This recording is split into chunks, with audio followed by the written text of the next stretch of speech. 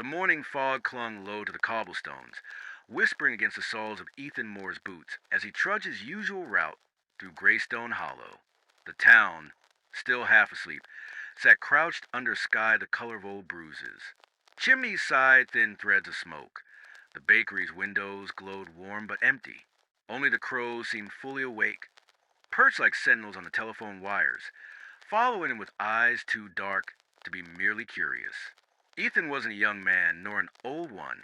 Somewhere in the liminal space where life stops feeling like it's ahead of you. A mailman by trade, and a quiet one at that, he delivered letters through births, deaths, holidays, and blackouts. In 20 years, nothing had ever deviated from a routine.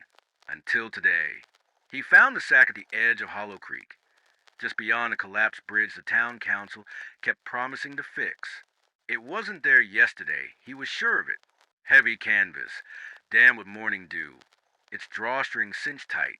No tags, no postmarks. Yet it bore the unmistakable blue crest of the National Postal Service. He stared at it for a long time, unease crawling slow and deliberate beneath his skin. A trick, maybe, some prank by teenagers. But the sack was too heavy to be a joke. He hauled it into the back of his truck, wiping dirt from his hands, heart thudding with something like foreboding.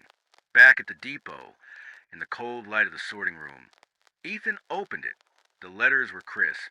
Unaged, dozens of them, maybe 100, each sealed in identical ivory envelopes, handwritten in neat cursive and stamped. But the postmarks read January, December 2026.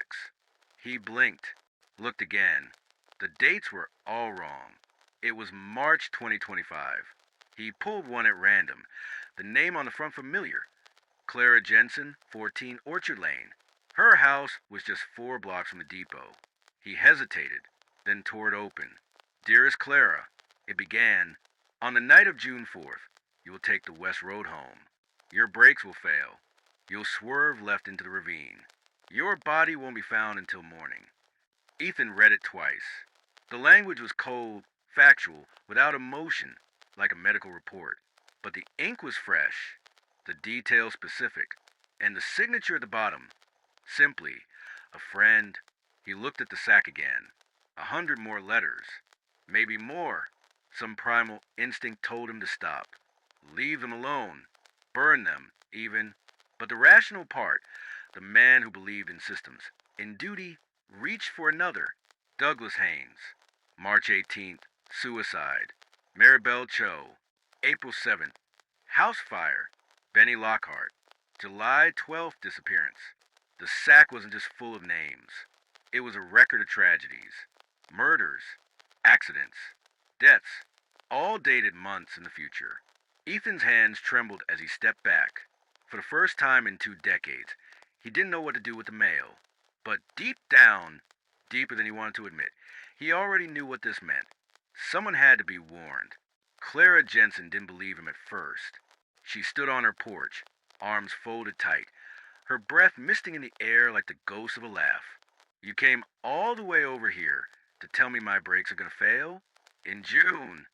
Ethan shifted uncomfortably. The open letter crumpled in his pocket like contraband. I know how it sounds. But please, Clara, just get them checked. Replace the car. Even, I don't care if you think I'm insane. Just don't take the West Road that night. She stared at him for a long moment, her lips pressed into a line. Then she nodded, a small wary gesture, and retreated inside.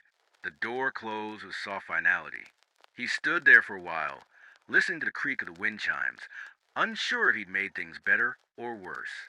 The next day, he delivered 2 more warnings. Douglas Haynes didn't answer his door, but Ethan slid the letter under the mat with a handwritten note. Please talk to someone. You're not alone. He barely knew the man, an ex-firefighter turned recluse, but something about the tone of Douglas's letter had clawed at him. Cold facts, gun. Basement, March 18th. No mention of sorrow, only silence between the lines. Maribel Cho was easier. She ran the second-hand bookstore across from the post office, a gentle woman with the kind of smile that always looked a little tired. Ethan placed the envelope on her counter and said, "There's faulty wiring above your backroom heater." She blinked. "How do you?" Just check it, he said. She gave him a look, the kind one reserves for people on the verge of tears or madness, but nodded. All right, I will. By the end of the week, 3 more letters were gone. Each time, Ethan gave less explanation. The weight of them was beginning to press on him. Too vast to put into words. He stopped opening new ones, unless he absolutely had to. The content was always the same. Dry, fatalistic. Death scrawled in ink as if preordained. And yet, something was changing.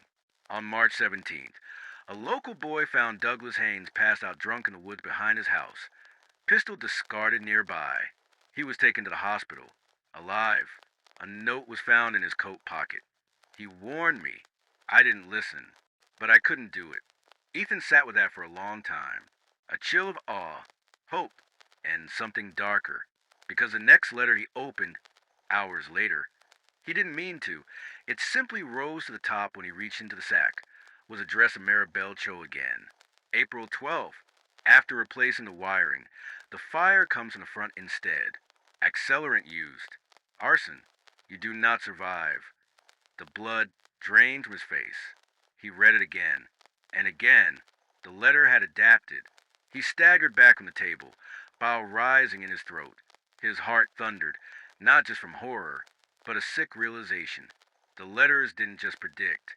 They reacted, as if the future was correcting itself.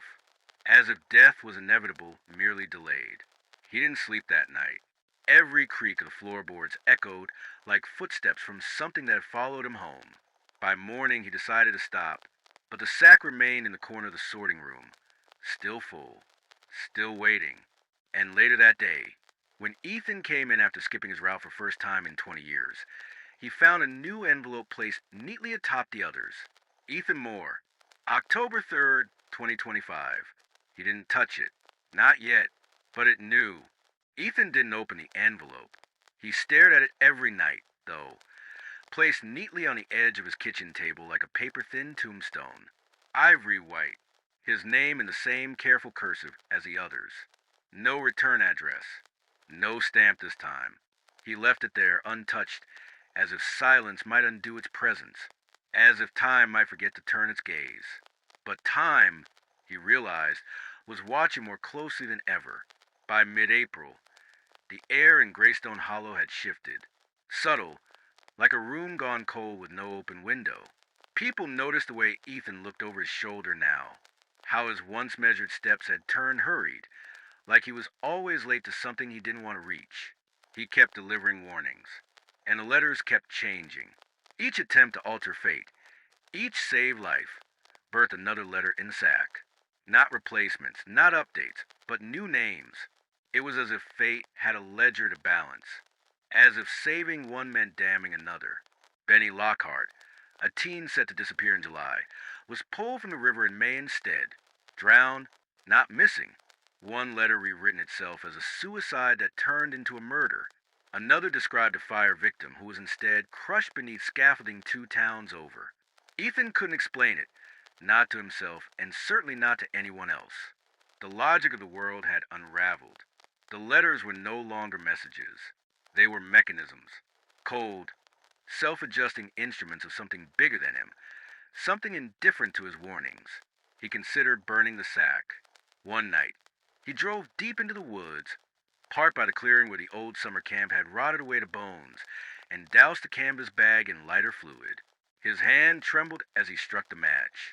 But the moment the flame touched paper, a sudden gust, unnatural precise, snuffed it out. Not the wind of chance, the wind of intent. He sat there in the dark, mouth dry, ears ringing. For the first time in his life, Ethan felt watched by something without a name. "Are you okay?" asked Maribel one morning, standing at the threshold of her shop as Ethan handed her a parcel. He wanted to tell her everything. That her name had appeared again. That her death had a new version now. Poisoning this time. That he didn't know if warning her made it worse. But all he managed was, "Do you believe people can outrun what's already written?" She blinked. "You think it's written, then?"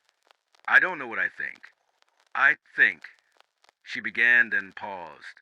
"Maybe it's not about running. Maybe it's about who we are when we stop." Ethan nodded, but the words rang hollow, because when he returned home that evening, a second letter sat beside the first. Same paper, same ink, but this one read, "To Ethan Moore, September 30th, 2025, 3 days earlier." His heart nearly stopped. Now there were two death dates, two versions. He didn't open either, but he started locking his doors at night. He checked the locks twice, then again, and when he dreamed, which he tried not to do, he saw crows made of paper, flapping in silent circles above the town, dropping envelopes like feathers soaked in ash. Autumn came early to Greystone Hollow. Leaves curled and blackened before turning, and the air smelled faintly of ash. Ethan's breath fogged in the mornings now, though it was only September. The sky had dimmed to a washed-out gray that never quite lifted. The town moved more slowly. People looked over their shoulders more. Some whispered about him. They said the mailman had changed. He had. He stopped warning people. It didn't matter anymore. Each letter intercepted became a catalyst, not a salvation. Every life spared seemed to drag another into its place, sometimes worse. He remembered Benny's face, so hopeful the day Ethan warned him, and then the sick churn in his gut when they pulled his body from the current 2 months early. The future wasn't a story he could edit. It was a tide, and Ethan was drowning. He kept the sack locked in the closet now, but it didn't matter. New letters still appeared on his kitchen table, or his pillow, once impossibly in his jacket pocket, though he hadn't left the house all day. They were getting closer. The first one had said October 3rd, the second, September 30th, then September 28th, each one closer, each one unread. He couldn't bear to see the details. Not his own. He took to sleeping with the lights on. But the shadows found ways to reach him. They stretched longer now, tilted strangely, like something was off kilter in the rotation of the world. The crows no longer watched from the wires. They vanished altogether. The silence they left behind felt like pressure in the ears. On the night of September 27th, he opened the door to his home and found no lights would turn on. The bulbs weren't dead. There was power. He could feel it humming under the floor. But the switch clicked into nothing. He stood in the quiet for a long time, then turned toward the kitchen and froze. The letters were everywhere. Hundreds, thousands, blanketing the floor, piled on the counters, hanging from the ceiling like a rain of white moths, all addressed to him. He tried to step back, to run, but his foot struck something soft. The sack. It had moved from the closet, sat now in the center of the room, drawstring loose, open like a wound. He knelt, almost against his will, and reached inside. There was only one envelope left. He pulled it out. His name, again written with terrible calm. But this time, something else. Beneath his name, this one you must read. His hand shook violently as he broke the seal. Ethan Moore. It read, "At 11:47 p.m. on the night of September 27th, you will finally understand that this was never about saving lives. You were chosen not as a savior, but as a witness. You were always going to read this letter, always going to reach this moment. The choice was never yours. Turn around." He did. There was someone standing in the hallway. No sound. No breath. Just a shape, tall, too tall, cloaked in shadow, though there was no light to cast it. Its limbs were wrong, too long or not long enough. The edges of it seemed to flicker, as if reality couldn't quite hold its form. But what struck Ethan most, what broke him, was its face. It wore his own, not perfectly, not like a mirror, like a mask, stretched tight, slightly off, smiling, and in its hand, held between two fingers like a gift, was another letter. It stepped forward. Ethan couldn't scream. His throat refused to open. His body forgot how to run. The final thing he heard, not spoken aloud, but inside his own head, like a memory that didn't belong, was a voice calm and cold. "Now you understand. The letters never came from the future. They came from the end." And then the hallway filled with white. Paper. Wings. Silence. And Ethan Moore was never seen again. But the mail still came. And a new sack appeared in the depot, waiting,